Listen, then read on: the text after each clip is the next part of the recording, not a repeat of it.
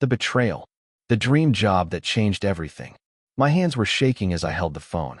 Not from nervousness, but from pure excitement. After 3 years of planning small weddings in church basements and community centers, I had finally landed the big one. Victoria Sterling's wedding. The Victoria Sterling, daughter of tech billionaire Richard Sterling. The kind of client that could launch a wedding planner from nobody to somebody overnight. Maya, are you listening? My assistant Sophie's voice pulled me back to reality. She wants to meet you today at the Sterling Mansion. This is huge. I looked around my tiny office, really just a converted storage room above a flower shop in Seattle's Capitol Hill neighborhood. The walls were covered with mood boards and fabric samples. My desk was an old door balanced on filing cabinets. But in my mind, I could already see the upgraded office this job would pay for. Maybe even my own storefront. Tell her I'll be there at 2, I said, trying to keep my voice professional even though I wanted to scream with joy. I rushed home to change, practically flying up the 3 flights of stairs to the apartment I shared with my fiancé, Derek. We had been together for 3 years, engaged for 6 months. He was a photographer, or trying to be one. Mostly he did product shots for small businesses while waiting for his big break. I didn't mind supporting us both. That's what love was about, right? Supporting each other's dreams. The first signs I missed. Derek was on the couch when I burst in, laptop balanced on his knees, barely looking up. "You're home early," he said flatly. "I got it," I practically shouted. The Sterling wedding. "Derek, this is everything we've been working toward.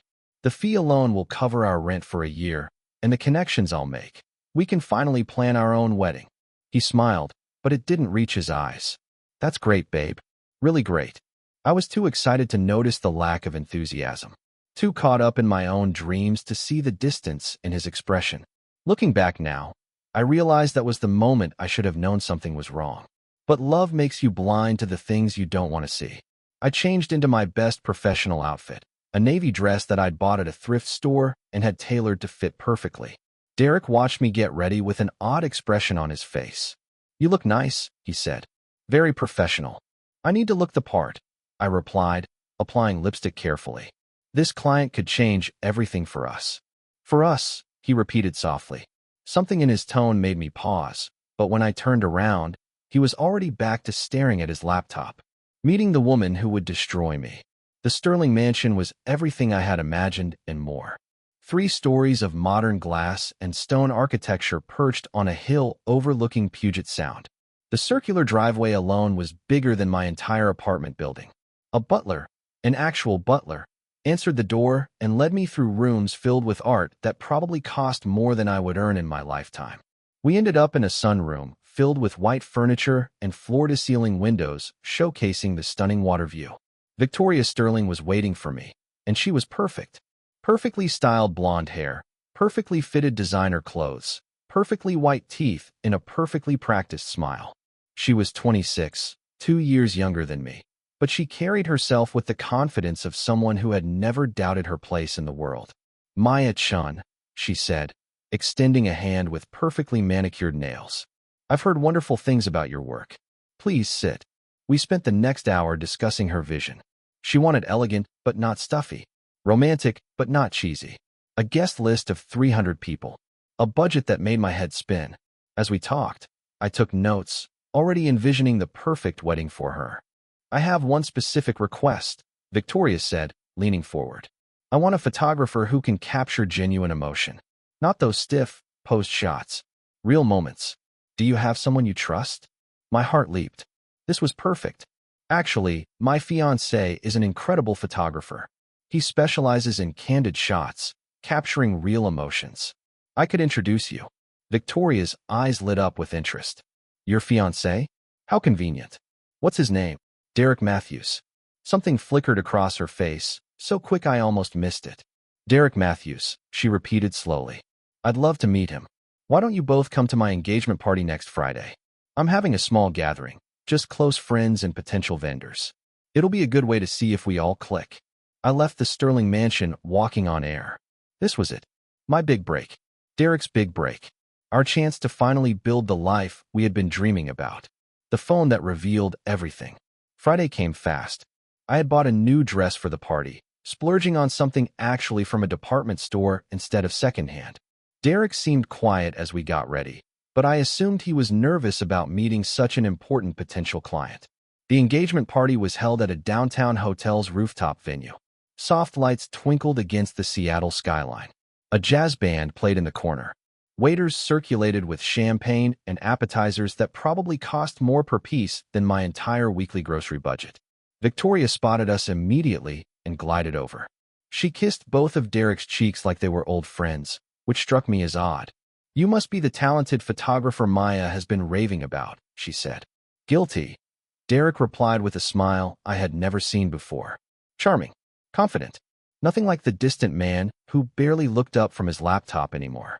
"Let me show you around," Victoria said, linking her arm through Derek's. "Maya, you don't mind if I steal him for a bit? I want to show him the layout and discuss my vision." "Of course," I said, even though something felt wrong. But what could I say? This was business. I mingled with other guests, networking with florists and caterers, handing out my business cards. An hour passed. Then two. Derek and Victoria were nowhere to be seen. My phone buzzed. A text from Derek. "Stepped outside for fresh air. Battery dying."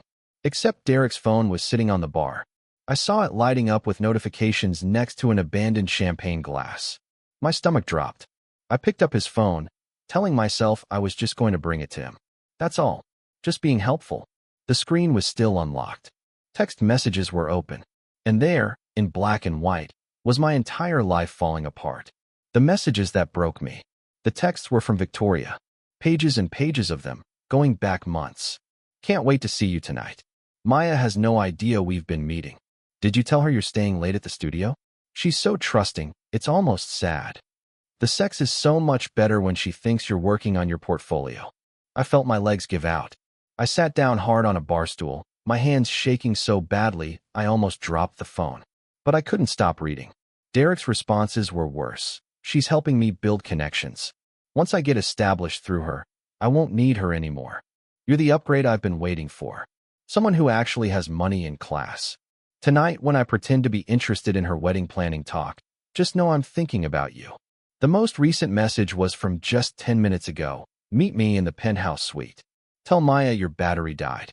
The confrontation that destroyed my life. I don't remember walking to the elevator. I don't remember pressing the button for the penthouse floor.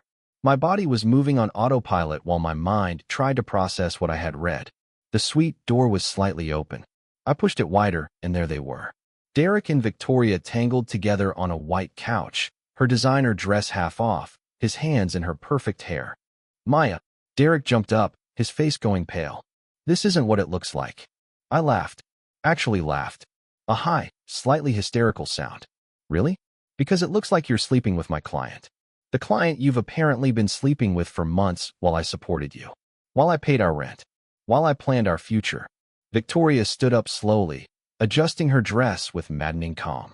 She didn't look embarrassed or ashamed. She looked annoyed that I had interrupted. "Oh, Maya," she said, her voice dripping with false sympathy. "Did you really think someone like Derek would be satisfied with someone like you forever? Someone like me?" I repeated. "You're sweet," Victoria continued, examining her nails. "And you're good at your job. But let's be honest. You're basic. You're poor. You shop at thrift stores and live in that sad little apartment. Derek deserves better. He deserves someone who can actually elevate him." Derek had the decency to look uncomfortable, but he didn't defend me. He just stood there, silent. "How long?" I asked him directly. "Maya, how long?" "For months," he mumbled. "It started when you introduced us at that coffee meeting. For months. A third of our engagement. All those late nights, he said he was at the studio. All those times he was distant and distracted. All those moments I thought we were building a future together. He was planning his exit." "I'm sorry," Derek said, but his eyes kept darting to Victoria. Even now, even caught, he was more concerned about her than me. The final destruction. "You need to leave," Victoria said, her voice hard now. "This is my party. My life. You're just the help, Maya. Remember your place." "The help?" I repeated numbly. "Did you really think I was going to let you plan my wedding?" Victoria laughed. "I was just using you to meet Derek. I wanted to see what kind of woman would be desperate enough to support a man for 3 years.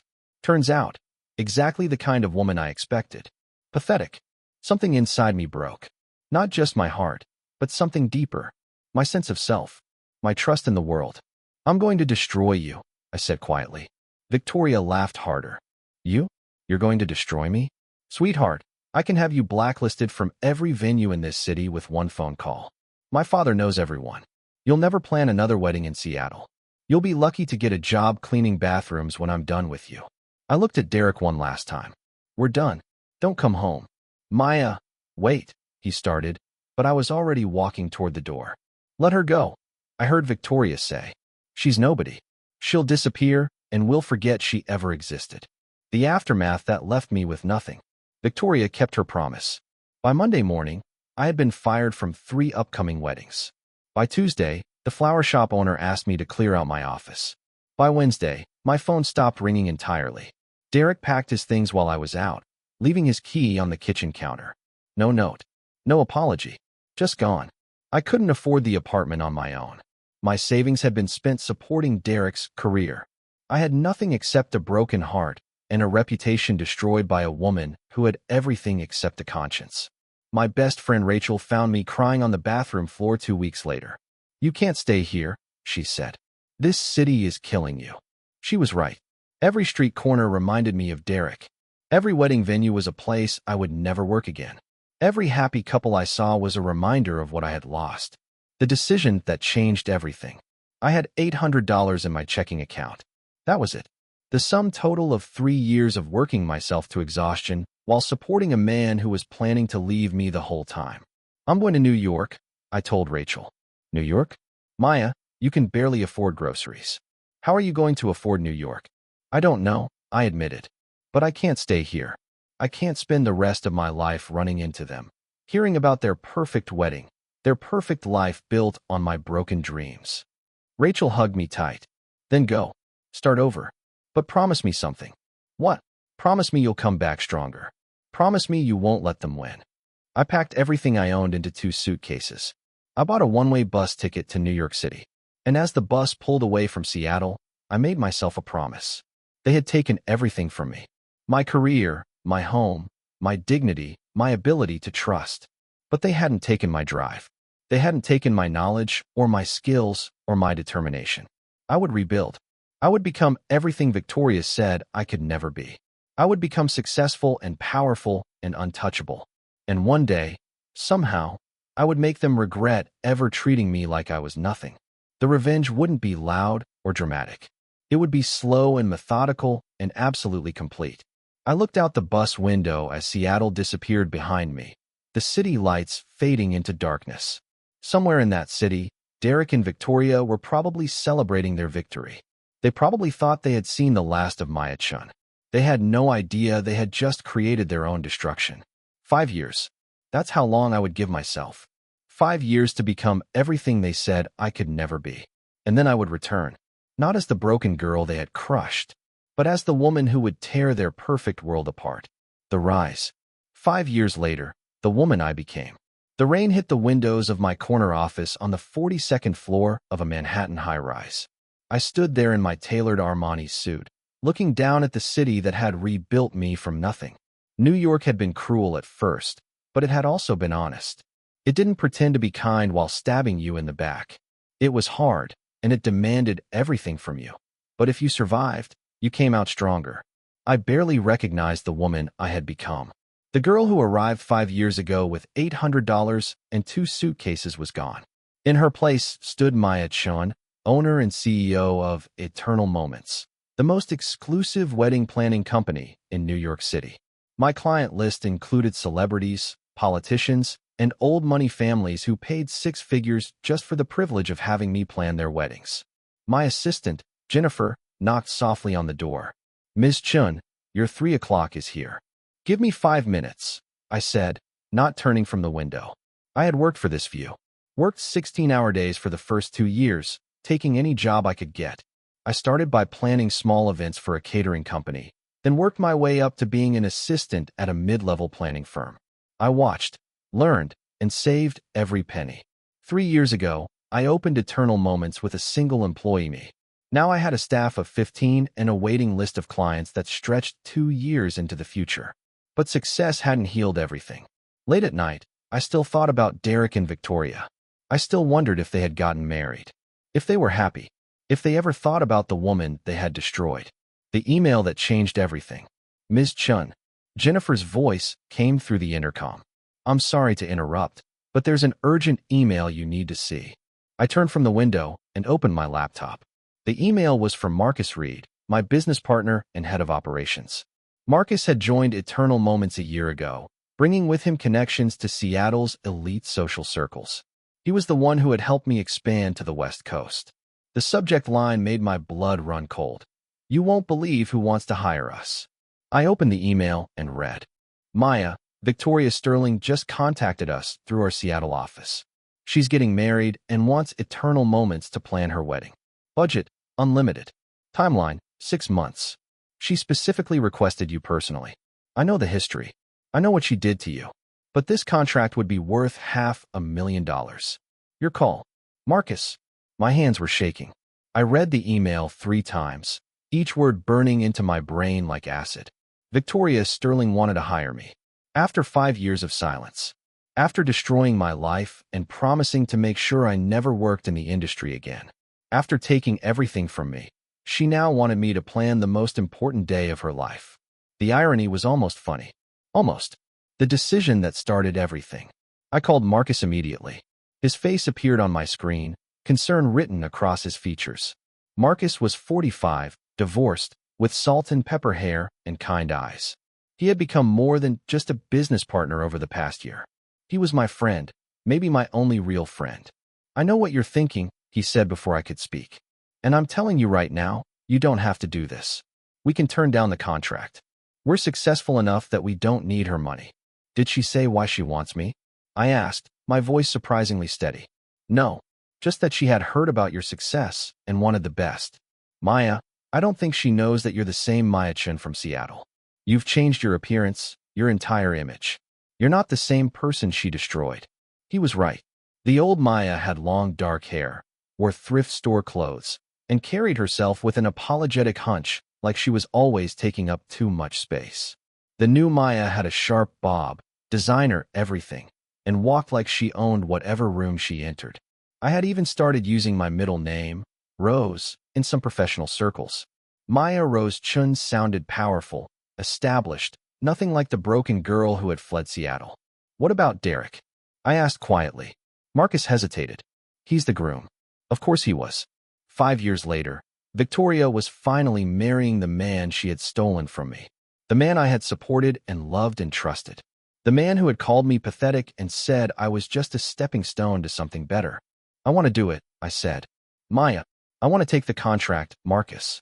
He studied my face through the screen. This isn't about the money, is it? No, I admitted. It's not. Revenge. I thought about that for a long moment. Was it revenge? Or was it something else? A need to prove that I had survived? A desire to show them that they hadn't broken me? I don't know yet, I said honestly. But I need to face them. I need to see what kind of people they've become. And I need them to see what I've become. Marcus sighed. Then I'm coming with you. You're not doing this alone. Returning to the city that broke me. 2 weeks later, I was on a plane back to Seattle. First class this time, not a bus ticket bought with my last few dollars. Marcus sat beside me, reviewing the contract details on his tablet. $500,000, he said. Plus expenses. Victoria wasn't kidding about the unlimited budget. The venue alone is costing $300,000.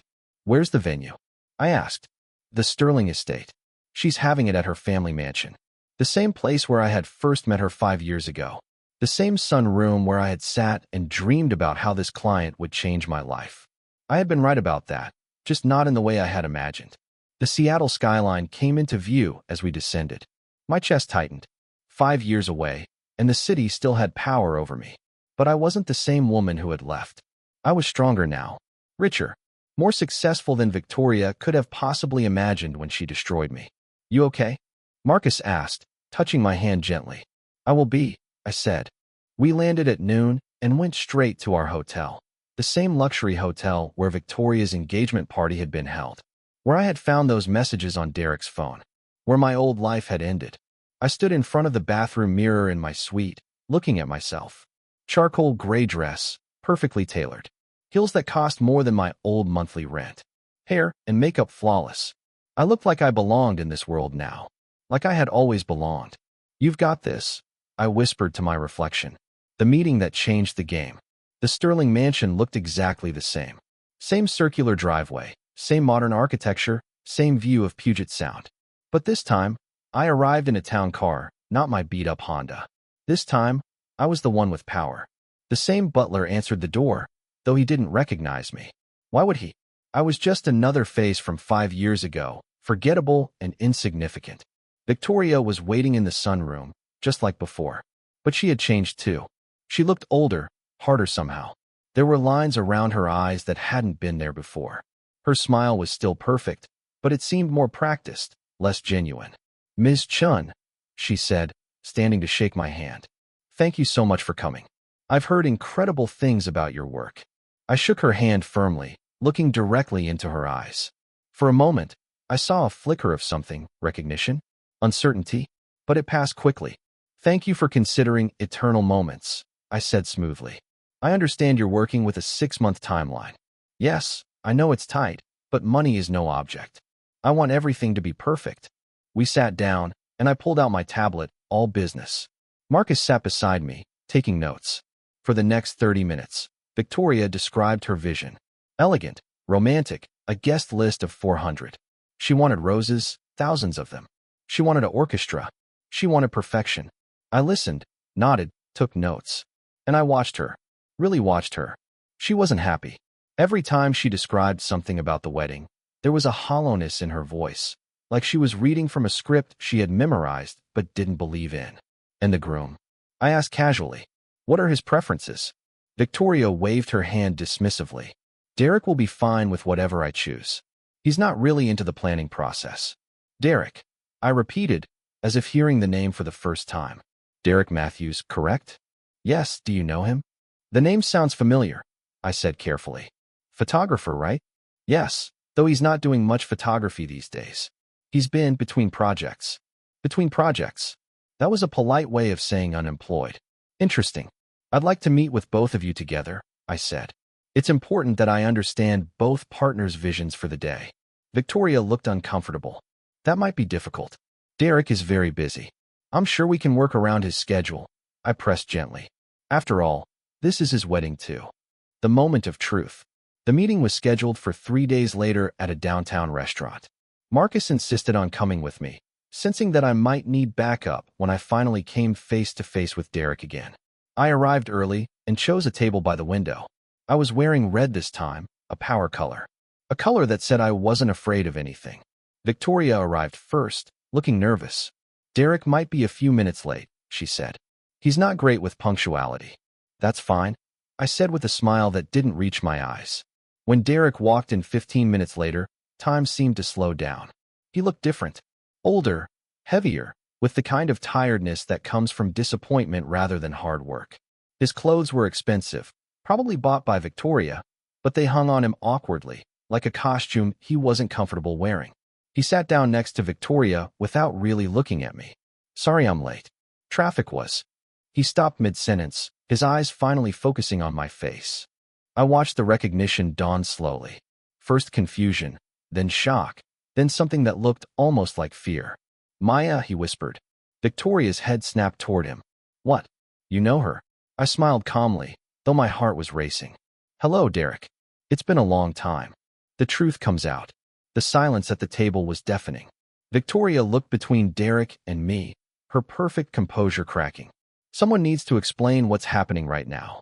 Derek and I used to be engaged," I said simply. 5 years ago, in Seattle." Victoria's face went white, then red.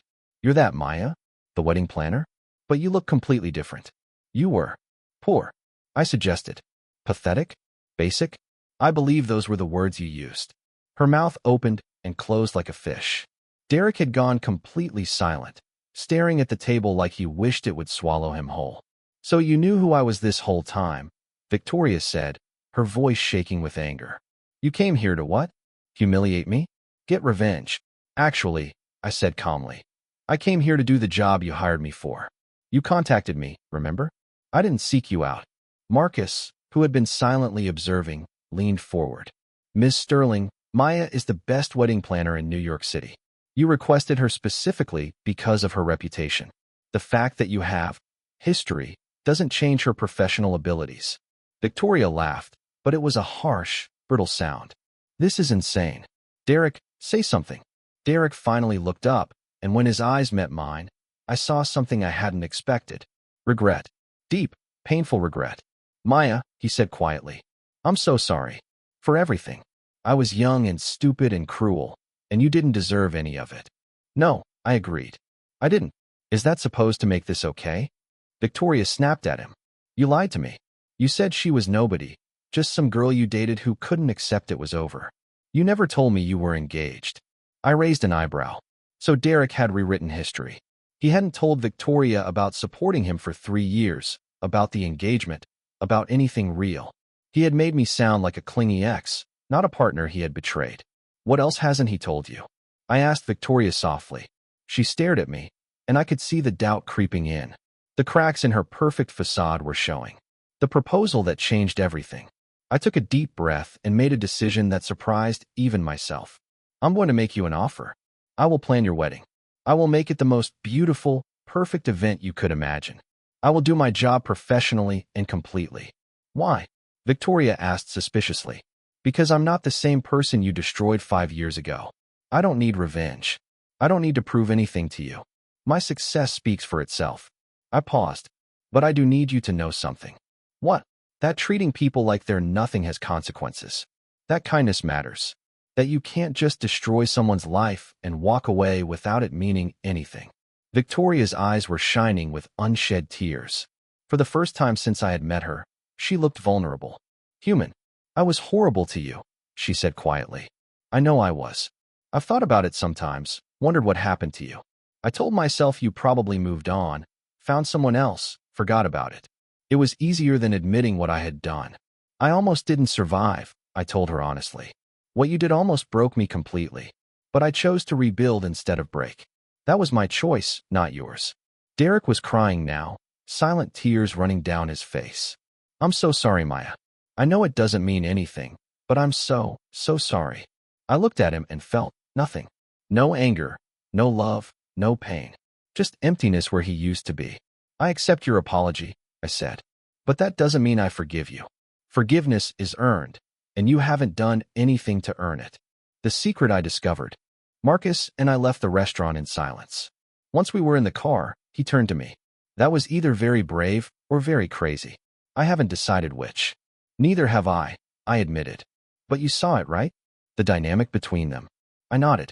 I had seen it. The way Victoria spoke to Derek like he was an accessory, not a partner. The way Derek flinched when she criticized him.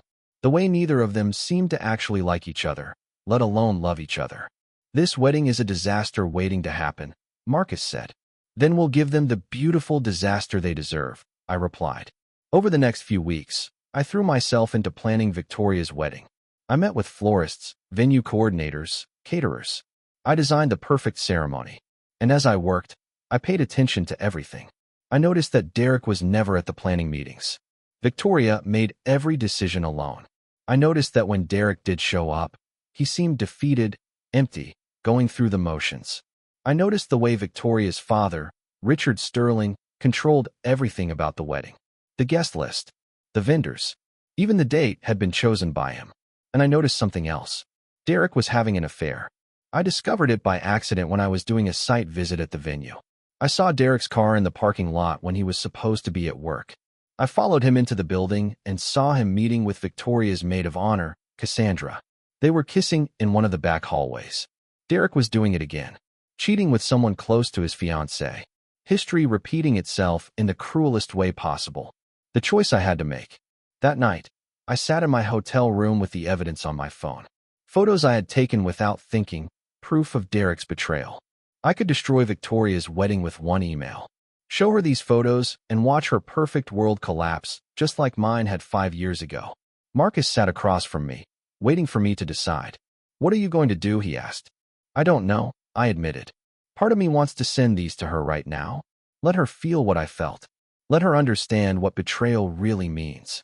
And the other part, The other part remembers what it felt like to be humiliated in front of everyone. To have my pain turned into entertainment for cruel people. I hated Victoria for that. Do I want to become her? Marcus reached across and took my hand. Maya, I've watched you build yourself from nothing over the past year. You're one of the strongest people I've ever met. Whatever you decide, I'll support you. But ask yourself this, what will make you feel better in the end? Revenge or moving on? I looked at the photos on my phone. Derek and Cassandra, wrapped up in each other, repeating the same patterns that had destroyed me. Victoria had been cruel to me, but did she deserve this? Did anyone? I need to think, I said. Marcus stood to leave, but paused at the door. For what it's worth, I think you're better than all of them. You always have been. After he left, I sat alone in the dark, holding the power to destroy Victoria's life in my hands, wondering what the right choice was. The wedding was in 3 months. 3 months to decide who I wanted to be. The woman who sought revenge? Or the woman who chose to be better than the people who had hurt her? As I lay in bed that night, staring at the ceiling, I realized something. This wedding wasn't just about Victoria and Derek anymore. It was about me. About choosing what kind of person I wanted to be. And that choice would define everything that came next. The revenge and redemption. The plan that came together. I spent 3 sleepless nights staring at those photos of Derek and Cassandra.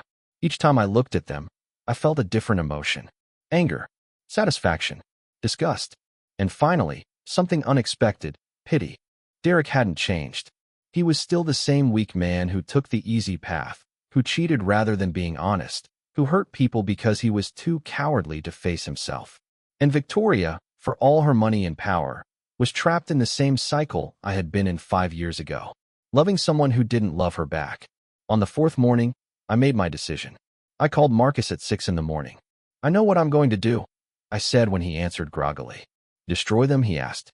No, I said. Something better. I'm going to give them the truth. All of it. But I'm going to do it my way. Marcus was quiet for a moment. I'm listening. I explained my plan. It was risky, complicated, and would require perfect timing. But if it worked, it would give everyone what they deserved, not revenge, but justice. And maybe, just maybe, it would free all of us from the past. That's either brilliant or insane, Marcus said when I finished. Can it be both? I asked. He laughed. When do we start? The investigation that revealed everything. Over the next 2 months, while planning the perfect wedding, I also conducted the perfect investigation. But I wasn't looking for ways to destroy Victoria and Derek. I was looking for the truth about their relationship, about who they really were. What I discovered surprised me. Victoria's father, Richard Sterling, had arranged this entire marriage. Derek's photography studio had gone bankrupt 3 years ago, and he owed money to some very dangerous people. Richard Sterling had paid off Derek's debts in exchange for him marrying Victoria. It wasn't love. It was a business transaction. Victoria knew about the arrangement, but she had convinced herself that Derek would learn to love her eventually. She had been trying to buy his affection for 3 years, just like she had bought him from me 5 years ago. Derek was miserable, trapped in a gilded cage, selling himself for money and security. The affair with Cassandra wasn't about love either. It was his way of rebelling, of feeling some control over his own life. And Victoria? Victoria was desperately unhappy. Her father controlled everything. Her money, her life, her choices. The wedding wasn't about love or happiness. It was about Richard Sterling showing off his power and influence. I also discovered something else. Richard Sterling's business practices were questionable at best. He had made his fortune by exploiting workers, dodging taxes, and crushing small businesses. Several of the vendors he had forced Victoria to use for the wedding were companies he had silent partnerships in. He was using his daughter's wedding to line his own pockets. This family is a mess, Marcus said as we reviewed all the evidence I had gathered. What are you going to do with all this information? I'm going to set them free, I said. The conversation that changed everything. 3 weeks before the wedding, I asked Victoria to meet me alone at a coffee shop. No Derek, no wedding planning, just the 2 of us having an honest conversation. She arrived looking suspicious and tired. Dark circles under her eyes suggested she wasn't sleeping well. What's this about? She asked, sitting down across from me. If there's a problem with the wedding. There's a problem, I said. But it's not with the wedding. It's with everything else. I slid a folder across the table. Victoria opened it slowly, her expression changing as she looked through the contents. Photos of Derek and Cassandra. Financial records showing her father's arrangement with Derek. Documentation of Richard Sterling's shady business practices. Everything.